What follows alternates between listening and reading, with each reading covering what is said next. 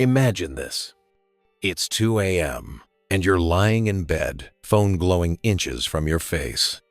You told yourself you'd just check one thing, one quick search, one short scroll, and now, without even realizing how you got here, you're deep inside a feed that feels like it knows you better than your oldest friend.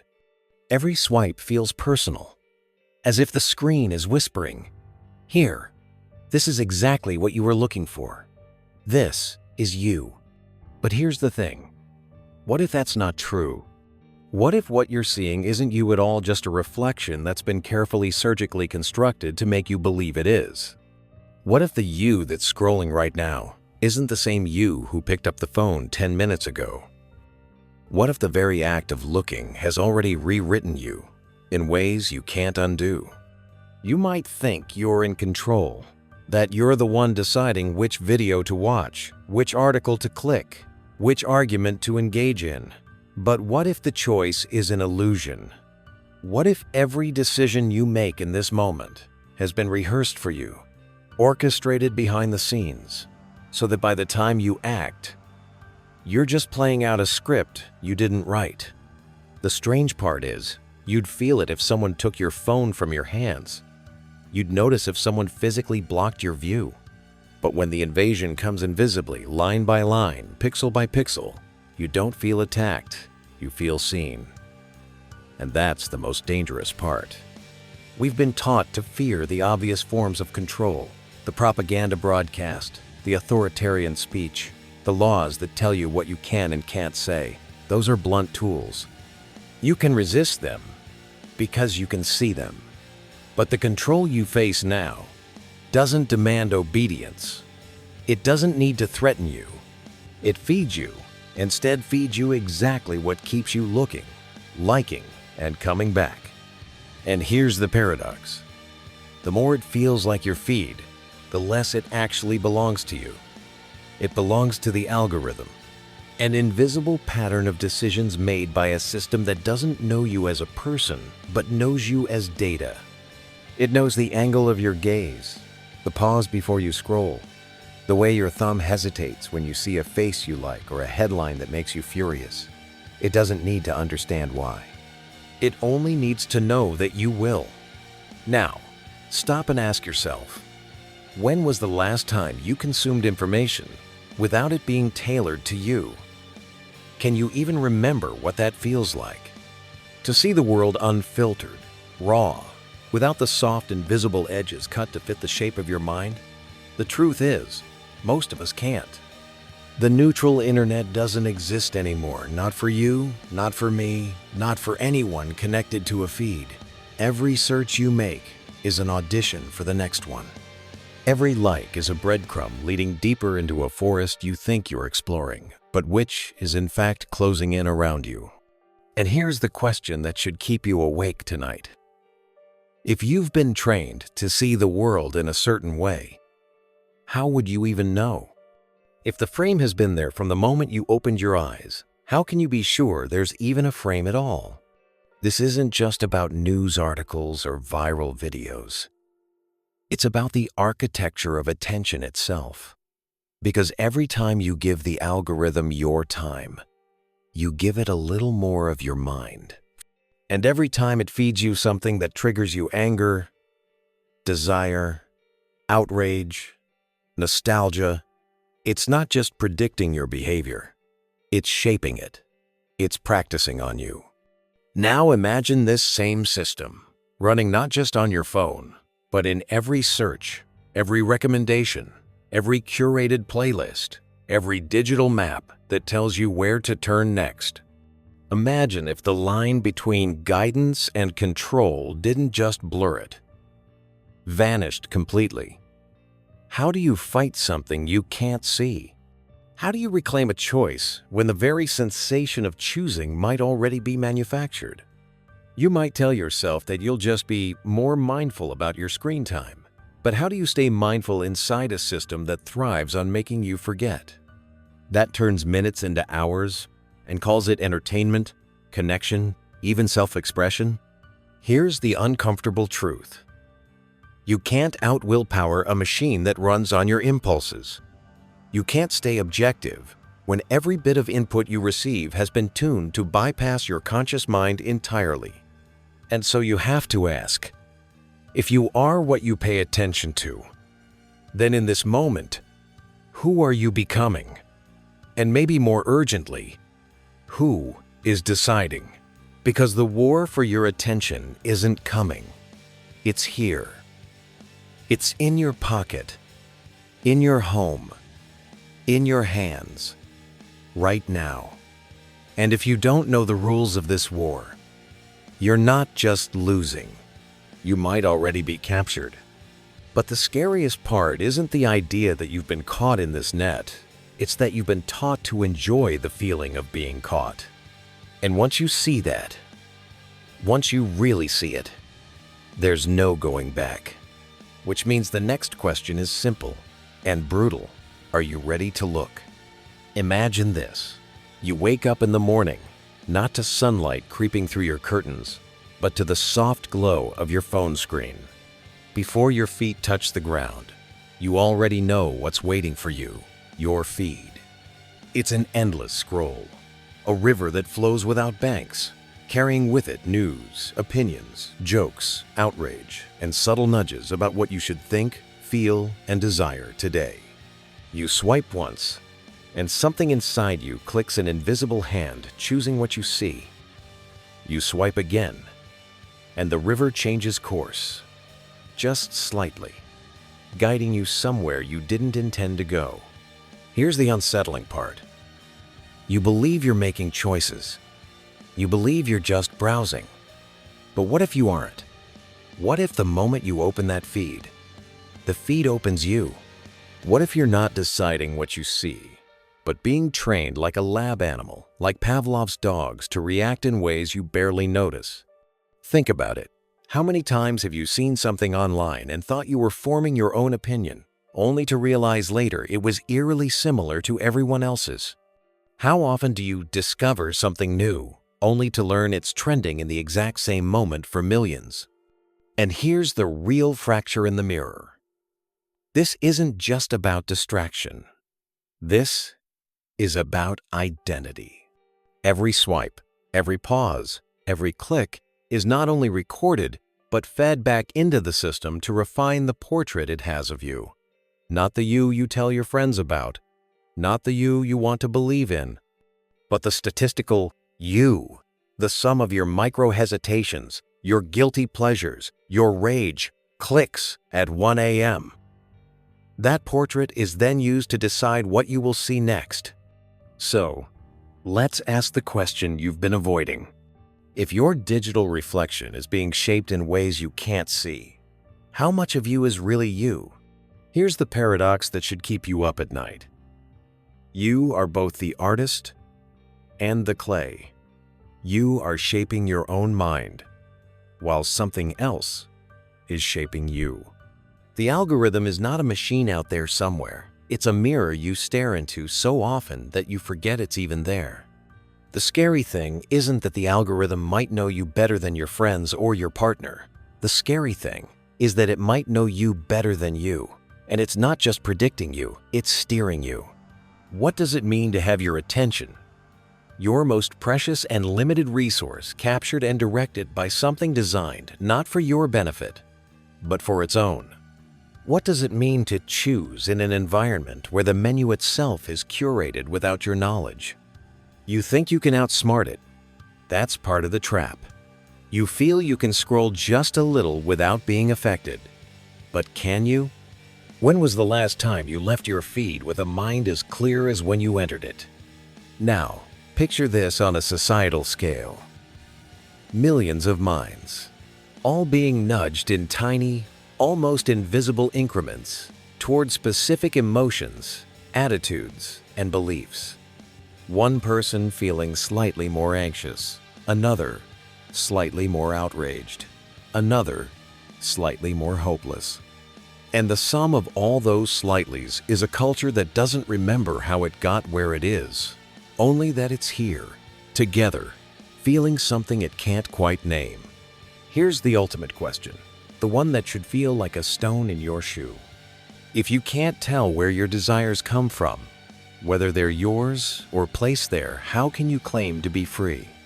And if you're not free in your attention, are you free at all? You might be thinking, okay, but I can just log off. I can delete the apps. But even that choice, is it truly yours? Or is it another action already anticipated, already folded into the system, already predicted by a model that knew you'd feel guilty about your usage eventually? What if the battle for your mind isn't about the big, loud manipulations you imagine, propaganda, fake news, flashy ads, but about the subtle reshaping of what you notice and what you ignore? What if the most dangerous thing isn't the lie you see, but the truth you never even encounter? Sit with that for a moment. The truth you never even encounter. Because what you don't see, what never makes it into your feed, is just as important as what you do, maybe more. And someone, somewhere, or rather something, is making that decision for you every second. So here you are, standing on the shore of a river you didn't know existed, realizing you've been drifting downstream for years. The question is, do you even remember where you were trying to go? And that's where this journey begins, not with an answer, but with a deeper descent. Because to understand how to take back control, you first have to understand how deep the control runs. And the truth is, it runs far deeper than you think. To understand the scale of the problem, we need to step back away from our screens, away from the hypnotic flicker of curated content, and look at the architecture of our minds. Because the war for attention didn't start with smartphones or social media. It began long before that, in the oldest, most primal layers of our brains. Here's the uncomfortable truth. You are wired to be hacked. Your brain didn't evolve for the world you live in now. It evolved for survival in an environment where every sound, every shadow, every shift in the wind might mean food or danger. Your nervous system learned to prioritize novelty. Anything new, unusual, or emotionally charged gets your attention instantly, because ignoring it could have been fatal in the wild. The rustle in the bushes might have been a predator. The strange new smell might have been something edible or poisonous. The glint of light on the horizon might have been water or fire or a rival tribe. In the wilderness, this reflex was life-saving. In the algorithmic world, it's deadly. Because now, novelty is infinite. The algorithm doesn't show you the same thing twice, if it can help it. It will always find something slightly more shocking, slightly more emotional, slightly more likely to make you stay. And your ancient wiring built to notice and respond to rare changes gets overloaded. That's where the first trap closes. You are neurologically incapable of treating a bottomless novelty feed the way you might treat a book or a conversation. Your brain believes each new post could be the rustle in the bushes that saves your life. But there's a second, deeper layer to this. Humans are not just novelty-seeking creatures. We are meaning-making creatures. We don't just want to see the world, we want to understand it, to fit the fragments into a coherent story.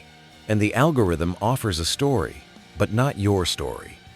It offers one stitched together from countless fragments, optimized not for truth, but for engagement.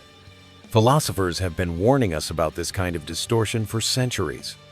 Jean Baudrillard called it hyperreality, a world where representations become more real than reality itself, where the simulation replaces the thing it was supposed to represent. In hyperreality, the map doesn't just describe the territory. The map becomes the territory, and the original is forgotten. That's the second trap. You begin to live inside a simulation that's tailored to you, but not for you. You forget that what you see is a constructed view, not the whole. And then comes the third trap, the emotional one. Because the algorithm doesn't just know what grabs your attention, it knows what keeps you hooked. It knows the exact blend of outrage, validation, fear, and curiosity that will make you come back.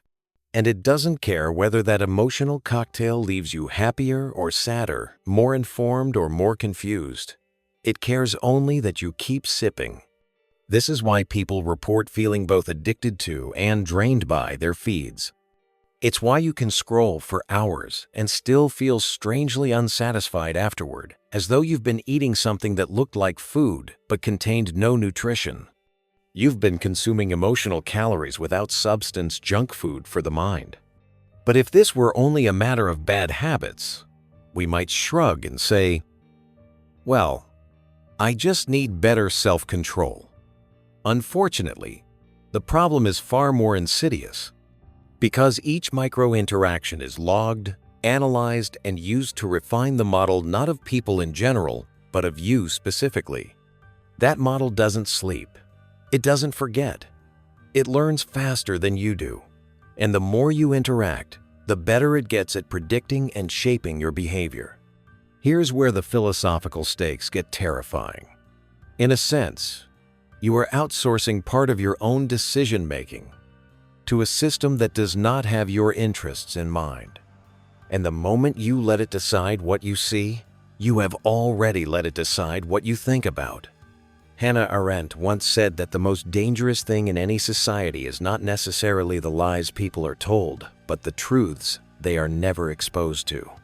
That's because reality is not just made up of facts, it's made up of which facts you notice. If you never see something, you can never consider it. And if you can never consider it, you can never choose differently. We like to think of censorship as something imposed from the outside. Someone banning a book, silencing a voice, blocking a site. But the most effective censorship in history may be happening right now, invisibly, in your pocket. It's not about forbidding you to see something. It's about making sure it never crosses your path in the first place. And because this filtering is invisible, you can't resist it. You can't protest against what you don't know you're missing. Now, let's go even deeper into the existential layer. The 20th century philosopher Albert Camus wrote about the absurd, the tension between our desire for meaning and the universe's silence. Humans, he argued, are creatures forever seeking patterns in a world that may have none. That's why we build religions, philosophies, and scientific theories to bridge the gap between chaos and comprehension. The algorithm exploits this same hunger. It offers patterns. It connects dots real or imagined between events. It makes you feel like you are seeing the big picture. But the picture is not the world. It's a reflection of what keeps you watching. And because you are wired to believe that patterns mean truth, you may mistake engagement-driven content for reality itself. This is why conspiracy theories flourish online, not because people are irrational, but because they are human. When the system rewards emotionally charged, pattern-based narratives, it will inevitably produce more of them, and you will inevitably encounter them.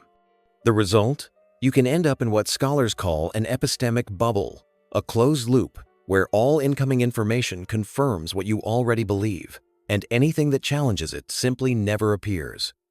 And once you're in that bubble, breaking out is almost impossible. Because stepping outside your curated reality feels not just uncomfortable, but dangerous. It feels like betraying your tribe. So we arrive at a chilling realization. The battle for attention is not just a technological problem. It's a psychological one, a philosophical one, an existential one. It cuts to the core of what it means to be an autonomous being in the modern world. You are not just at risk of distraction. You are at risk of losing the ability to decide what matters to you because something else is deciding first. The algorithms don't hate you. They don't love you either. They are indifferent. And that indifference is exactly what makes them dangerous. Because in the absence of a moral compass, the only goal left is efficiency. Maximize engagement, no matter the cost, to your clarity, your autonomy, your humanity. And so the deeper problem emerges. If your sense of reality is shaped by forces you cannot see, optimized for goals you do not share, then your attention is not just under attack, it may already be occupied territory. You've been living inside the maze for so long that the walls feel natural. They've been painted in colors you think you chose, but you didn't. They've been built at angles that guide your every turn, but you never drew the blueprint. If you're going to rebel, it won't be a polite, incremental adjustment. It will be the act of refusing to play the game by the rules you didn't set. Rebellion, in this age, doesn't mean smashing the machine in a dramatic cinematic scene. It means refusing to feed it what it craves most, your attention on its terms. It means knowing the value of that attention and pulling it away like a resource you've been tricked into giving for free. In the algorithm's economy, attention is currency, fuel, and oxygen. When you stop spending it without thought, you start starving the very structures that feed on you. Think about the figures in history who seemed untouchable not because they hid from power, but because they learned to exist outside its expected scripts. Diogenes, the ancient Greek philosopher, lived in a barrel and mocked the material obsessions of Athens. He wasn't owned because there was nothing in him for the powerful to own. Or consider the samurai who, when faced with an enemy he could not defeat in battle, chose to disappear into the mountains, trading the glory of war for the peace of self-mastery. These are not people who won by traditional standards. They simply stopped playing by the standards altogether. Breaking the cage begins with subtraction. Remove one thing the algorithm counts on you doing every day. Do not announce this act. Do not perform your withdrawal for the digital crowd. This is not a performative rebellion. It is quiet sabotage. Instead of checking the feed before you sleep, let your mind wander without input. Instead of chasing the trend to feel relevant, chase a question no one is asking. You will feel a kind of withdrawal at first, as if you're losing oxygen. That's how you'll know you've been dependent. Then comes the reconstruction. Algorithms flatten you into a predictable pattern. Rebellion restores you into a person with texture, contradiction, unpredictability. Read something no one has recommended to you. Listen to a song you've never seen in a playlist. Walk a street without a mapped destination. The more you do this, the more invisible you become to the system, not by hiding, but by becoming untrackable in your own thinking. You will notice something unsettling. As you starve the system will try to pull you back with sharper hooks. Your feed will suddenly feel eerily personalized. Your notifications strangely urgent. The machine is fighting for its meal. It will offer you dopamine wrapped in novelty, fear, outrage, anything that cracks your resolve. This is the real battle, not against some abstract them, but against your own craving for the easy, the instant, the already tailored. And here is the paradox. Real freedom in the algorithmic age isn't about escaping the network entirely. It's about making the network irrelevant to your sense of meaning. You might still use it, but it no longer uses you. You stop asking, "What's the world showing me?" and instead ask, "What am I choosing to see?" That subtle shift is enough to redraw the map. Your rebellion will not be celebrated by the culture around you. In fact, it might be invisible to everyone else, because in the algorithm's design, there's no glory in not playing. But you will feel it first as absence, then as space, and finally as something rare in this era, sovereignty. And from that sovereignty, something else begins to grow. Because when you no longer belong entirely to the system, you begin to belong entirely to yourself. And that's when you can start asking the most dangerous question of all. 1. The algorithm cannot answer, and perhaps cannot even comprehend. If I am no longer predictable, then what am I capable of becoming? That question is the threshold, and once you step over it, the final chapter begins. The final truth is not that algorithms are evil, nor that technology is doomed. The final truth is stranger, harder to swallow, and far more liberating. The algorithm is not your enemy, it is your mirror. It doesn't create your cravings out of thin air. It reflects them back at you, endlessly refined, until they own you. What you see scrolling endlessly isn't just what the system thinks you'll click. It's a portrait of the mind you've been feeding it, one tap at a time. This is why unplugging without transformation changes nothing. You can throw your phone into the ocean, smash your laptop with a hammer, move to a cabin in the woods. Yet, if you've never confronted the reflexes, the machine amplified, you'll carry them with you. You'll find new systems, new rituals, new distractions that mimic the same loops because the hunger was never external. The machine was just a magnifying glass. The unsettling part is realizing how much of what you've consumed you've also become. Your tastes, opinions, even moods have been shaped by invisible curation. But here's the beautiful part. Curation works both ways. You can choose to feed the mirror differently.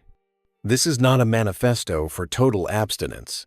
It's an instruction manual for conscious authorship of your own mind. It begins with noticing, relentlessly, without judgment.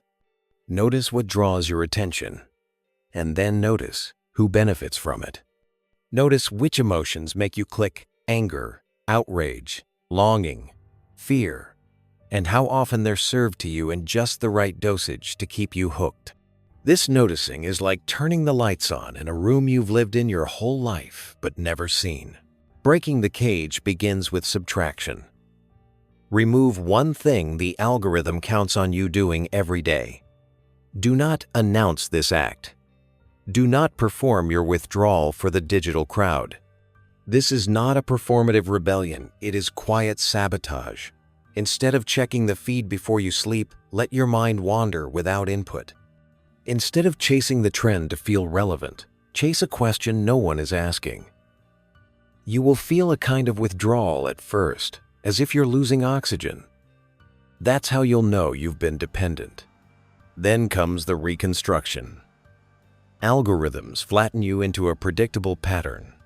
Rebellion restores you into a person with texture, contradiction, unpredictability.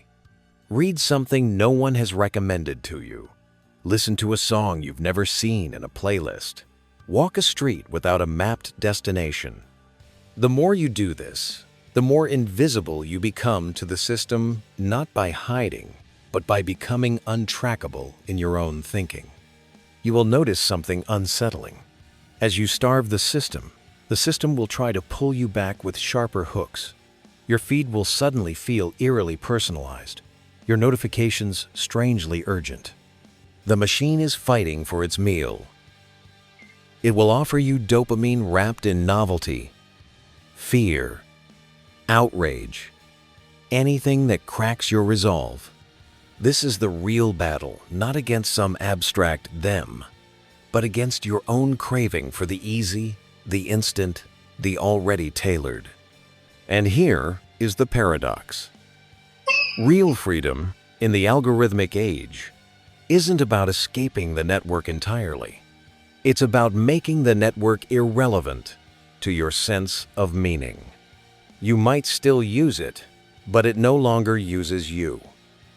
You stop asking, "What's the world showing me?" and instead ask, "What am I choosing to see?" That subtle shift is enough to redraw the map. Your rebellion will not be celebrated by the culture around you. In fact, it might be invisible to everyone else, because in the algorithm's design, there's no glory in not playing. But you will feel it first, as absence, then as space, and finally as something rare in this era, sovereignty. And from that sovereignty, something else begins to grow. Because when you no longer belong entirely to the system, you begin to belong entirely to yourself. And that's when you can start asking the most dangerous question of all. 1. The algorithm cannot answer. and perhaps cannot even comprehend. If I am no longer predictable, then what am I capable of becoming? That question is the threshold. And once you step over it, the final chapter begins. The final truth is not that algorithms are evil, nor that technology is doomed. The final truth is stranger, harder to swallow, and far more liberating. The algorithm is not your enemy. It is your mirror. It doesn't create your cravings out of thin air. It reflects them back at you, endlessly refined, until they own you. What you see scrolling endlessly isn't just what the system thinks you'll click. It's a portrait of the mind you've been feeding it, one tap at a time. This is why unplugging without transformation changes nothing. You can throw your phone into the ocean, smash your laptop with a hammer, move to a cabin in the woods.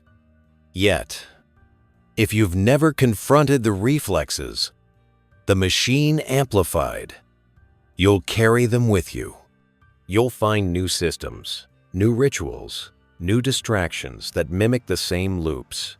Because the hunger was never external, the machine was just a magnifying glass. The unsettling part is realizing how much of what you've consumed you've also become. Your tastes, opinions, even moods have been shaped by invisible curation. But here's the beautiful part. Curation works both ways. You can choose to feed the mirror differently. This is not a manifesto for total abstinence. It's an instruction manual for conscious authorship of your own mind. It begins with noticing, relentlessly, without judgment. Notice what draws your attention, and then notice who benefits from it. Notice which emotions make you click anger, outrage, longing, fear, and how often they're served to you in just the right dosage to keep you hooked. This noticing is like turning the lights on in a room you've lived in your whole life but never seen. Next, you rewire through deliberate friction. In an era where everything is smoothed, seamless, and instant, friction is a form of truth. Read long form when short form is offered. Wait an hour before reacting. Follow people who challenge your worldview without performing outrage. When you introduce friction, you introduce choice, and choice is where freedom begins.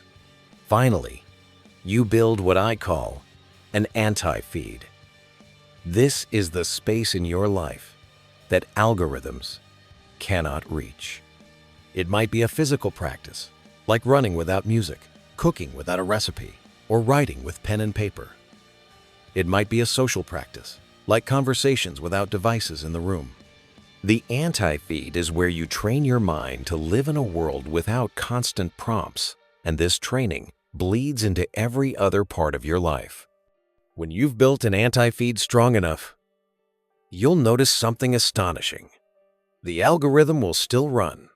The noise will still exist, but it will no longer pull you in the same way.